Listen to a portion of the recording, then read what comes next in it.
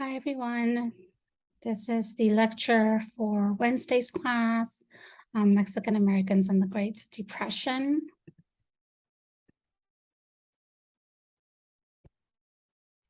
And I wanted to start out the lecture with this image because I think it kind of represents what Mexican Americans begin to experience during this time period, where on the one hand, they are wanted for their cheap disposable labor, as you see represented in the poster on the left that big business is putting up.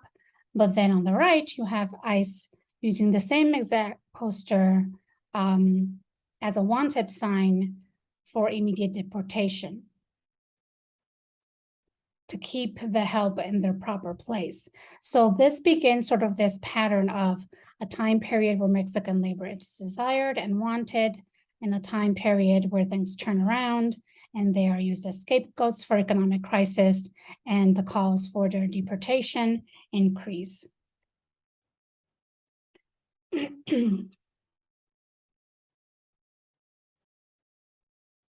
So part of what we see during this time period is an increase in migration throughout the Southwest, where many laborers become migrant workers. They're just moving from place to place, looking to find whatever work they can, because during this Depression era, as we saw in the reading, there is a significant loss of work due to the economic crisis. Now, while some sought work throughout the Southwest, others attempted to get government relief, but as we saw in some places, that relief was limited only to Anglos or to those who could establish residency in the state they were seeking relief, but some of them could improve the residency in a particular state because they were constantly moving around looking for work. Americans, seeing so many Mexican Americans on relief, concluded that they were lazy and became resistant to relief being offered to Mexicans, and began to clamor for relief to be only allowed for Anglos, not any Mexicans. In some places like El Paso, Texas, city and state ordinances were passed, limiting certain employment programs only to U.S. citizens. These situations also got desperate, where Anglos who used to not want to accept any kind of agricultural work, for instance, now because of the dire conditions in the country, they're willing to take farm jobs and so become a source of competition for Mexican laborers as well. So what we see here is something that we've seen more recently, where in different states throughout the US, there are ordinances and laws passed or attempted to be passed to limit things like healthcare, access to education, and so on, public services, basically, to anyone who isn't an American citizen. This is not new. We see this being done since this time period of the Depression. Now, this all escalates to the point where there's a major backlash against Mexicans. They're all being blamed for the economic crisis. And so Congress passes the Immigration Act of 1929, which makes the unlawful entry into the US a felony and authorizes the US to carry out a federal deportation campaign. And so this takes place in numerous ways, right? On the one hand, there are people who are being forcibly being sent to Mexico. They're being raided in their places of work, in their homes, walking down the street. People would just get picked up and sent to the border. Others, because of this fear, chose to leave on their own, and communities would raise funds together to help families move to Mexico during this time period. Now, part of the problem was that many of the people who ended up being deported were actually American-born citizens, particularly the children of many of the adults that were being deported were American citizens. And we're talking about not just young children, but teenagers, right, who had lived their whole lives in the United States. They knew more English than Spanish, and all of a sudden they were finding themselves sent to what they were being told was their actual homeland, but to them it wasn't their homeland. They didn't know anything about Mexico. They had never been there before, and now all of a sudden they were being swept up and sent there. An estimated number between 500,000 and 1 million people were repatriated to Mexico during this time period. And in the image here, what you see are families waiting to board trains in Mexico, to Mexico and Los Angeles in 1932. So you see sort of these large numbers of people are moving or being forced to move to Mexico. Now we see these same things happening here in Colorado. Part of what creates, especially in Denver, some pressure, economic pressure, is Mexican workers from the beet farms move to Denver because a freeze takes place, which destroys the crop. This results in an increased demand on relief rolls in the city, leading ultimately to Governor Ed Johnson in 1936, declaring martial law and sending the Colorado National Guard to stop Mexican workers from coming across the border from New Mexico. So it becomes this sort of like 11-day little sort of border war between Colorado and New Mexico. In his executive order, he stated, the entering of aliens and indigent persons into the state in such large numbers constitutes an invasion which threatens the safety, peace, and well-being of the state and the citizens. Now, this doesn't last very long.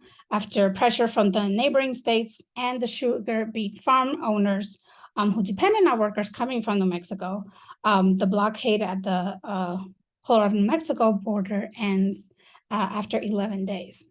The other thing that also we see during this time period in Colorado is Mexicans getting loaded onto trains, as the article there states in its headline, 1,500 Mexicans loaded on trains to be repatriated to Mexico as well. So repatriation was something that was also being done throughout the state of Colorado, not just in Denver, in Boulder County, in parts of southern Colorado, Greeley, Fort Collins, and so on. You find articles like this one appearing in the local newspapers talking about the number of Mexicans that were being rounded up and sent to Mexico at this time as well. One of the other things that we see that we didn't talk about extensively are the numerous labor struggles that happened during this time. So even though the economic crisis is happening, laborers are still fighting for their rights.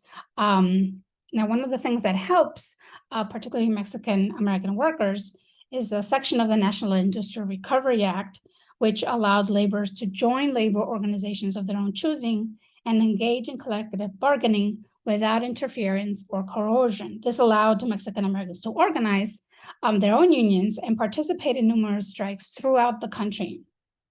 Of course, we see them encountering significant resistance to violent resistance from the owners of many of these companies that they're striking at. But we see farm workers striking throughout the country, coal miners striking in New Mexico, onion and cotton strikes in Texas. We also see women engaging in a number of these strikes. The reading talked about how many of the wives were out there on the picket lines and also experienced some of that same violence. Some of the ways in which women are organized, we had domestic workers who often suffered exploitation by the families they worked for, including getting paid with handouts of old clothes instead of wages, resulted in them organizing and creating their own organization of the Association of Domestic Workers. Garment workers, garment industry was another place where you found a significant number of women, Mexican-American women working. They worked extensive hours in shop floors, as well as taking piecemeal work to sew at home. These workers organized into the International Ladies Garment Workers Union and held a number of strikes in San Antonio and Los Angeles. The women in Los Angeles actually eventually won union recognition, wage increases, and benefits. Mexican-American women also represented the majority of the workforce of California's Sanitation Canning Company, where they held a 3-month strike in 1930 against CalSan. The women walked out, demanded for a closed shop, a raise in wages, and union recognition. And one of the leaders of this union at this point and this particular strike was Luisa Moreno. And Luisa Moreno was actually a Guatemalan immigrant who became involved in Mexican workers' movements. She had been an organizer, a union organizer throughout the United States, and ends up becoming involved in the Southwest. And one of the places that she ends up organizing is through the Ocobawa Union and the cannery workers. And we will read more actually about her later on in the semester. Another woman involved in organizing at this time was Emma Tenayuca, and I have included a short video about her as well. She was known as La Pasionaria. This was a teenager. She was 16 years old when she started to organize in Texas. One of the key strikes that she was involved with was the pecan sheller strike in 1938, where 8,000 pecan shellers walked out. Most of that workforce was female. She, along with 1,000 workers, were jailed on charges of communist agitation. This became a way to try to limit labor organizing at the time. They were successful at gaining union recognition and wage increases, but their gains were undermined by the Fair Labor Standards Act of 1938, which set lower minimum wages. So even though they were able to win higher wages out of their labor struggle, the law actually set a lower minimum wage. And that's what the company then used as a way to challenge their demands. This resulted in 7,000 pecan shellers losing their jobs and being ineligible for state unemployment benefits because this particular kind of labor wasn't protected. So even though the New Deal of this time period, which were all these different efforts to try to protect workers, to try to get the country out of the economic turmoil it was in, many of those laws protected laborers, but only in certain kinds of industries. They often did not protect domestic workers. They did not protect agricultural workers, and pecan shellers were one particular type of labor that was not necessarily protected by these laws. In Chicago, we are also seeing, right, in the cities, people organizing and having labor strikes as well. In this particular case, the steel workers of Chicago were organizing and holding a rally where they are met by Chicago police, who fire their guns into the crowd and use their billy clubs to beat the workers and their supporters. 10 people died as a result of their injuries. One of the people who were among the folks who were there and who was injured was a woman by the name of Lupe Marshall, who was a Mexican-American social worker and had been there as a supporter of the workers. She herself was injured as she was trying to help other people that were injured. She was beaten up by one of the police officers. So again, just to sort of make the point, not only that women were involved in these labor struggles, but they were also experiencing some of this violence as well.